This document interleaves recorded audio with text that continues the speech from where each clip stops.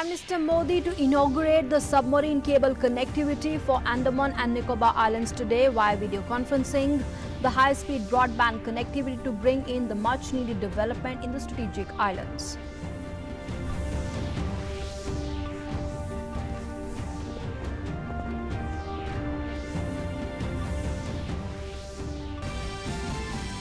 Prime Minister Modi interacts with the BJP workers of Andaman and Nicobar, says 12 islands of Andaman and Nicobar chosen for the expansion of the high-impact projects related to seafood, organic products and coconut-based products.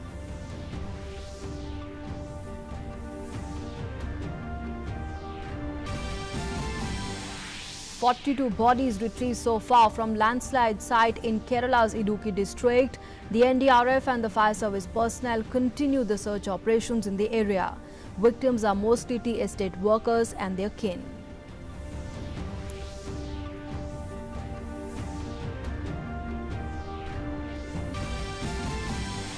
India's COVID-19 recoveries crossed the historic peak of 1.5 million. The Union Health Ministry says COVID-19 infection still remains concentrated in 10 states with more than 80% of the new cases.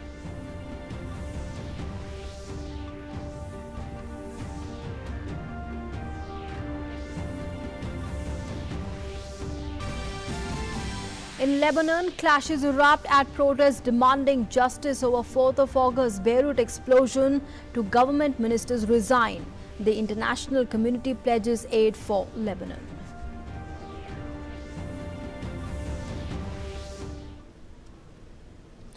Hello and good morning. You're watching Doordarshan News with me, Nancy Kohli. A top story: Prime Minister Narendra Modi will inaugurate the submarine cable connectivity for Andaman and Nicobar Islands today via video conferencing.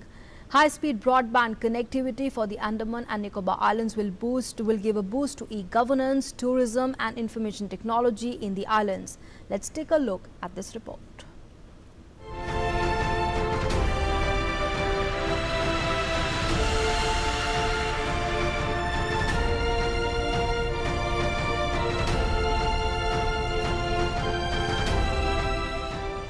Prime Minister Narendra Modi will inaugurate the submarine optical fiber cable connecting Chennai and Port Blair on 10th August. The submarine cable will also connect Port Blair to Swaraj Dweep, Little Andaman, Car Nicobar, Kamorta, Great Nicobar, Long Island and Rangat. Bharat सरकार द्वारा अंडमान के लिए चेन्नई से under सी cable जो connect हो रहा है उसके लिए सारे अंडमान के द्वीपवासी भारत सरकार के एंड पर्टिकुलरली माननीय प्रधानमंत्री जी के हृदय से कृतज्ञ है, क्योंकि उन्होंने जब वो 2018 के दिसंबर मंथ में यहाँ आए थे अंडमान में इसकी आधारशिला रखी थी और 20 साल से जो अंडमान के द्वीपवासी सपना देख रहे थे वो अब पूरा होने जा रहा है। और उन्होंने जब अपने भाषण में ये कहा था कि अंडमान के लोगों को भी चेन्नई और दिल्ली जैसा सुविधा मिलेगा, स्पीड वाला इंटरनेट मिलेगा, तो लोगों को ये एक सपने जैसा लगता था कि इतना 2300 किलोमीटर की दूरी तय कर ऑप्टिकल फाइबर केबल कैसे डाला जाएगा समुद्र के माध्यम से। लेकिन रिकॉर्ड समय में 1224 करोड़ की लागत से यह परियोजना पूरा हो चुका है। The new network will enable delivery of faster and more feasible mobile and landline telecom services to the Andaman and Nicobar Islands at par with other parts of the country. About 2,300 kilometers of submarine OFC cable has been laid at a cost of about 1,224 crore rupees. Submarine optical fiber cable link will deliver bandwidth of 2 into 200 Gbps between Chennai and Port Blair. Submarine optical fiber cable link will deliver bandwidth of 2 into 100 Gbps between Port Blair and the other islands. 4G mobile services which were constrained due to limited backhaul bandwidth provided via satellite will also see a major improvement. Very happy about it because we will be getting high speed internet, because of which not only students like me, many other students will be able to continue with the research work. And I wholeheartedly thank Honorable Prime Minister of India for the inauguration of Chennai, Andaman and Nicobar Islands submarine cable system, which is going to be inaugurated on 10th of this month. It would surely connect many people like our parents and the children, students and the teachers and the people to the administration. The foundation stone for this project was laid by Prime Minister Modi on 30th December 2018 at Port Blair. Enhanced telecom and broadband connectivity will boost tourism and employment generation in the islands, give an impetus to the economy and raise standards of living. Better connectivity will also facilitate delivery of e-governance services in Andaman and Nicobar Islands. DD India. And Prime Minister Modi virtually interacted with the BJP workers from the Andaman and Nicobar Islands last evening. He expressed confidence that the high-speed broadband connectivity that will be launched will help the people of the islands to have a virtual connect with other parts of the country. He said everyone will be able to avail the benefits of all the kinds of online services amid the COVID-19 pandemic. मुझे विश्वास है कि corona के समय में मिल रही इस सुविधा से अंडमान निकोबार द्वीप में बच्चों की पढ़ाई लिखाई बैंकिंग और दूसरी सेवाओं में ऑनलाइन सुविधा का ज़्यादा से ज़्यादा लाभ मिलना संभव हो पाएगा। आपको भी और अंडमान में टूरिज्म और दूसरे व्यापार कारोबार से जुड़े साथियों को भी इस तरह वर्चुअली देश और दुनिया से जुड़ने में अब कोई समस्या नहीं आएगी। And Prime Minister also said that 12 islands of Andaman and Nicobar have been chosen for the expansion of the high-impact projects. The Prime Minister said that in Andaman and Nicobar, the government is going to lay emphasis on industries related to seafood, organic products and coconut-based products. He said the entire nation needs to progress for the development of New India. The Prime Minister asserted that the government's work should reach out to everyone. आत्मनिर्भर भारत के लिए, नए भारत की रक्षा, सुरक्षा और समृद्धि के लिए भी अंडमान निकोबार की व्यापक भूमिका है। इसी को समझते हुए 2017 में ही आइलैंड डेवलपमेंट एजेंसी का गठन किया गया था, जिसमें सभी महत्वपूर्ण स्टेक होल्डर्स को शामिल किया गया। इंडस्ट्रियल डेवलपमेंट स्कीम्स के इस पूरे क्षेत्र में एमएसएमईज और दूसरे उद्योगों को प्रोत्साहित किया जा रहा है। ये हमारे देश का सौभाग्य है कि हमारे पास अलग अलग हिस्सों में अलग अलग चीजें हैं जिनको हम विकसित कर सकते हैं। जैसे अंडमान और निकोबार में से सी फूड हो, ऑर्गेनिक प्रोडक्ट्स हो, कोकोनट बेस्ड प्रोडक्ट्स हो, इनसे जुड़े उद्योगों को हम बल देने वाले हैं। Moving on now, Defence Minister Rajnath Singh will launch the Atmanirbhar Bharat Saptah today in line with Prime Minister Modi's vision for a self-dependent India with increased local manufacturing. Yesterday, the Defence Minister had announced that India will stop the import of 101 weapons and military platforms like transport aircraft, the light combat helicopters, conventional submarines, cruise missiles, among others, on a staggered basis till 2024. The move is meant to give an impetus to domestic defence production. The Defence Minister said that the Defence Ministry is now ready for a big push to encourage the indigenous defence manufacturing in line with Prime Minister Modi's clarion call for an Atmanirbhar Bharat. And moving on now to the updates, Tamil Nadu Chief Minister E.K. Palnisamy spoke with his Kerala counterpart Pinarayi Vijayan and assured him of all the help in the rescue efforts after a massive landslide killed at least 42 people near Munnar in Idukki district. In a message on his Twitter handle, Palnisamy said he had expressed his condolences about the tragic loss of lives and the damages caused due to heavy rain and landslides at Munnar and offered all the necessary support in the relief operations. The toll in the landslide that leveled a row of 20 houses of tea estate workers has risen to 42 with the retrieval of more bodies from the rubble. The workers, mostly Tamils, have been working in the estates for several decades now. And several districts in Kerala are on a high alert following heavy rains across the state. The Met Department has issued a red alert in Kannur, Kozhikode, Wayanad, Malappuram, Idukki and Alappuzha districts. Except the state capital Thiruvananthapuram, orange alert has been issued for other districts. Many rivers in Kerala are in spate. Several houses were fully or partially damaged in the coastal and low-lying areas. Several families have been shifted to flood relief camps. Four sluice gates of the Pampa Dam in Patamatita district have been raised slightly as the inflow into the dam's reservoir is increasing. The fishing boats brought from Kollam have been kept ready in Ranni, Tiruvalla and Pantalam towns to evacuate people. Many areas in these places were inundated in 2018 when the shutters of the dam were opened without a prior warning.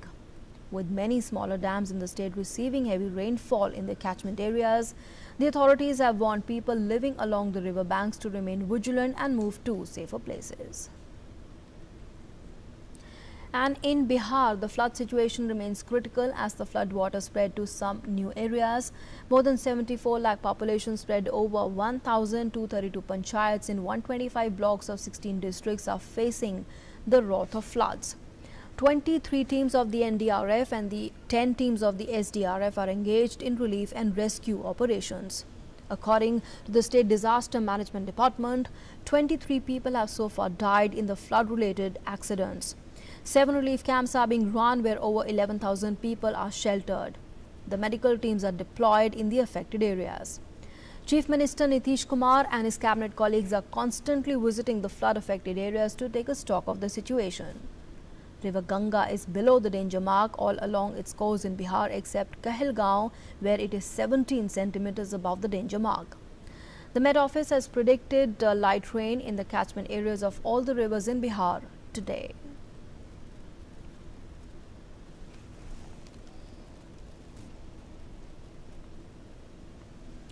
And moving on now to the COVID-19 updates, the infections of the virus still remains concentrated in 10 states that contribute more than 80% of the new cases. The Ministry of Health and Family Welfare in a series of tweets said that India's COVID-19 recoveries across the historic peak of 1.5 million. The recovery of over 15 lakh has been made possible because of the policy of testing aggressively, tracking comprehensively and treating efficiently. Better ambulance services, the focus on standard of care and the use of non-invasive oxygen have given the desired results. And let's now take a look at the worst COVID-19 affected states across the country. Maharashtra tops the list with about 12,248 new cases recorded in the last 24 hours. The state now has a total of 5,15,332 cases of COVID-19. Besides that, 13,348 patients have been discharged and 390 COVID-19 deaths have been reported in the state yesterday. In the national capital, Delhi, a total of 1,300 positive cases were recorded in the last 24 hours, taking the total number of positive cases to 1,45,427. The total active cases remain at 10,729. Besides that, 1,225 patients have been discharged while 13 deaths were recorded yesterday. Meanwhile, Goa witnessed the highest spike yesterday with 506 people testing positive for COVID-19 in a single day, bringing the total number of cases to 8,712 and a number of active cases to 2,642. In Tamil Nadu, the total number of COVID-19 cases stands at 2,96,901 as 5,994 persons have tested positive for COVID-19 in the state in the last 24 hours. Union Health Minister Dr. Harshvardhan has lauded the contribution of the states in popularizing e-Sanjeevani, the telemedicine platform rolled out by the Health Ministry. While presiding over a review meeting with the states and union territories, the minister said in a landmark achievement, the National Telemedicine Service has completed more than 1,50,000 teleconsultations. The service is aimed at enabling patients to doctor consultations from the confines of their home as well as doctor-to-doctor consultations. Telemedicine को जन जन तक पहुंचाने की दृष्टि से और उसके माध्यम से देश के दूर दराज के इलाकों में भी जो हेल्थ एंड वेलनेस सेंटर्स बनाए गए हैं उनके माध्यम से गरीब लोगों को जहां एक तरफ प्रिवेंटिव और प्रोमोटिव हेल्थ की सुविधाएं उपलब्ध कराई जा रही हैं, हमने इसको जब रिव्यू किया तो देखा कि इस दौरान भी 1.5 लाख से ज़्यादा कंसल्टेशंस स्पेशलिस्ट के देश के गरीब लोगों को निःशुल्क मिल चुके हैं। Union Minister of Micro, Small and Medium Enterprises Nitin Gadkari held an interaction with the members of the Bharatiya Udyog Vyapar Mandal on 39th National Traders Day. Addressing the group of traders, the minister said that India's fight on the economic front is as important as the fight against COVID-19. He added that the fund of funds for the MSMEs would now be of 50,000 crore rupees. The minister also said that with the foreign investment in the MSME sector, it will give a boost to both the liquidity and the employment opportunities. हमने ये तय किया है कि हमारे MSME को अब fund of fund 20,000 crore का हमने दिया है, वो 50,000 करोड़ होगा और MSME कैपिटल मार्केट में जाएगी और कैपिटल मार्केट से अपना पैसा खड़ा करेगी। मैं कुछ दिन पहले अमेरिका के करीब 17,000 इन्वेस्टर के साथ मेरा इंटरेक्शन हुआ, दुबई में जो 20,000 इन्वेस्टर के साथ इंटरेक्शन हुआ, ऑस्ट्रेलिया के साथ हुआ, यूके के इन्वेस्टर के साथ हुआ और मैंने एक बात देखी है कि सबसे अच्छे रिटर्न्स दुनिया में कहीं मिल सकते तो हिंदुस्तान में मिल सकते हैं और इसलिए हमारे MSME में, हमारे इंफ्रास्ट्रक्चर में बड़े प्रमाण पर फॉरेन इन्वेस्टमेंट आएगी तो हमारे देश में लिक्विडिटी बढ़ेगी और लिक्विडिटी बढ़ेगी तो रोजगार बढ़ेगा। The minister also said that we have to accomplish the mission of making India a $5 trillion economy, and we have that potential. We have young, talented and skilled manpower. The minister stressed on making efforts towards a digital India. हम ऐसा देश बनाना चाहते हैं जहाँ transparency हो, fast track decision making process हो, digitalise administration हो, corruption free system हो और डिसीजन मेकिंग प्रोसेस फास्ट हो। और ऐसे देश को बनाने के समय काफ़ी प्रयास हम कर रहे हैं, धीरे धीरे निश्चित रूप से काफ़ी सुधार हो रहा है और इसमें हमारा फ़ायदा भी होगा। हम इंफ्रास्ट्रक्चर अच्छा डेवलप कर रहे हैं, अच्छे रोड बना रहे हैं, अच्छे जलमार्ग बना रहे हैं, रेलवे में विकास कर रहे हैं, हम लोग पावर अभी 24 घंटे मिलती है, टेलीकम्युनिकेशन में अब सब पूरा डिजिटलाइजेशन हो गया है, एक तरफ गाँवों तक हमारा डिजिटलाइजेशन हो गया है, हमारी IT की लाइन वहाँ तक पहुँच गई है। अब इंफॉर्मेशन टेक्नोलॉजी और बायोटेक्नोलॉजी का ज़माना है और डिजिटलाइजेशन के ऊपर ई-मार्केट की सुविधा प्राप्त हो रही है। And moving on now to the updates on the Kozhikode air crash. 115 persons injured in the mishap at the Calicut International Airport at Karipur are currently undergoing treatment at various hospitals in Kozhikode and Malappuram districts. Of these, 14 persons continue to be critical, while 57 persons have been discharged after treatment. The state police have formed a 30-member team to carry out a probe into the tragic incident. The mishap took place on Friday evening when an Air India Express flight from Dubai overshot the runway at the Calicut International Airport and fell into a valley. The tragic accident has claimed 18 lives. And the Union Civil Aviation Minister Hardeep Singh Puri has recommenced the updates related to Vande Bharat mission with a tribute to the 18 people who lost their lives in the Kozhikode air accident. He said the grace with which the people of the town and their airport have faced the tragedy is a lesson in human resilience and spirit. He informed that 6,063 stranded Indians returned from across the world yesterday. In some other news now, the World Lion Day is being celebrated today with an aim to conserve and spread awareness about the big cats and the declining population. People and environmentalists have come together on this day every year to celebrate the mighty lions on this day. Here's a report.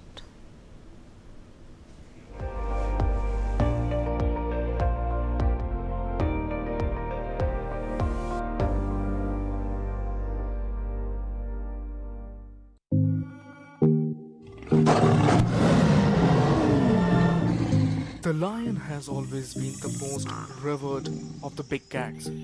Movies like Lion King immortalized the character Simba, a young cub, and intrigued many into the lives of lions, the majestic cats who are now restricted to only parts of Africa and India.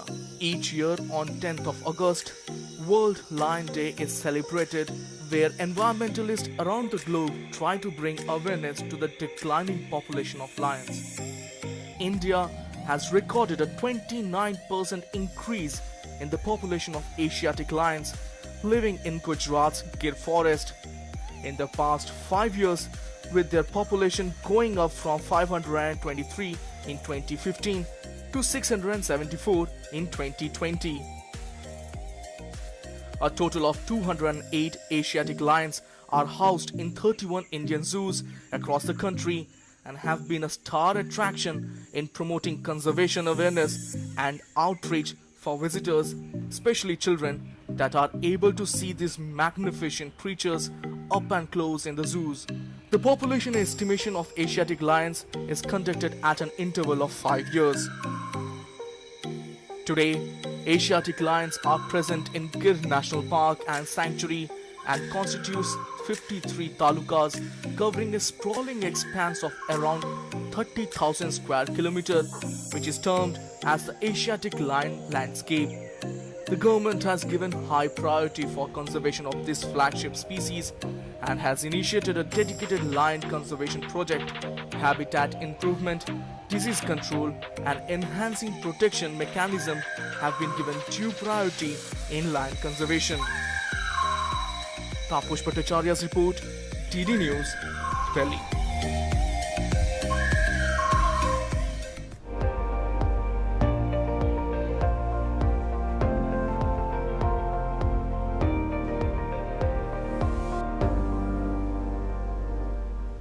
And moving on now to more updates from Lebanon, which continues to grapple with the aftermath of the explosion that was caused due to 2,750 tons of highly explosive ammonium nitrate. Besides that, the intensive debris cleaning operation, violent protests swept the Lebanese capital, Beirut. Protesters called on the government to quit over what they say was negligence that led to Tuesday's explosion. Protesters blocked the Parliament Road, following which police had to fire tear gas to try to disperse rock-throwing protesters. The protesters also broke into the Housing and Transport Ministry offices, and amidst the crisis, two government ministers resigned, saying the government had failed to reform. Meanwhile, the members of the international community have also called for support and action. A team of the Russian emergency workers, including medical equipment, a field hospital, were sent to Beirut earlier this week to provide humanitarian aid. French President Emmanuel Macron, who visited Beirut on Thursday, called on the world powers to put aside their differences and support the Lebanese people, saying the country's future was at stake. And speaking at his weekly address in St. Peter's Square, Pope Francis urged the people of Lebanon to work together for a new, free and strong coexistence. And taking a look now at the global updates on COVID-19 from across the world, the number of COVID-19 cases recorded worldwide has crossed 2 crores, while over 7,33,000 people have lost their lives so far. The total recoveries worldwide stand at over 1 crore 28 lakh. The US and Brazil remain the worst affected countries in terms of COVID-19 infections and fatalities. Starting with the US, the country has suffered the most from the pandemic, with more than 51.98 lakh cases and over 1.65 lakh fatalities so far. The US has registered over 47,000 new cases of COVID-19 in the last 24 hours. And Brazil, the second worst affected country after the US, the country has so far registered over 30.35 lakh cases of COVID-19 and over 1 lakh deaths.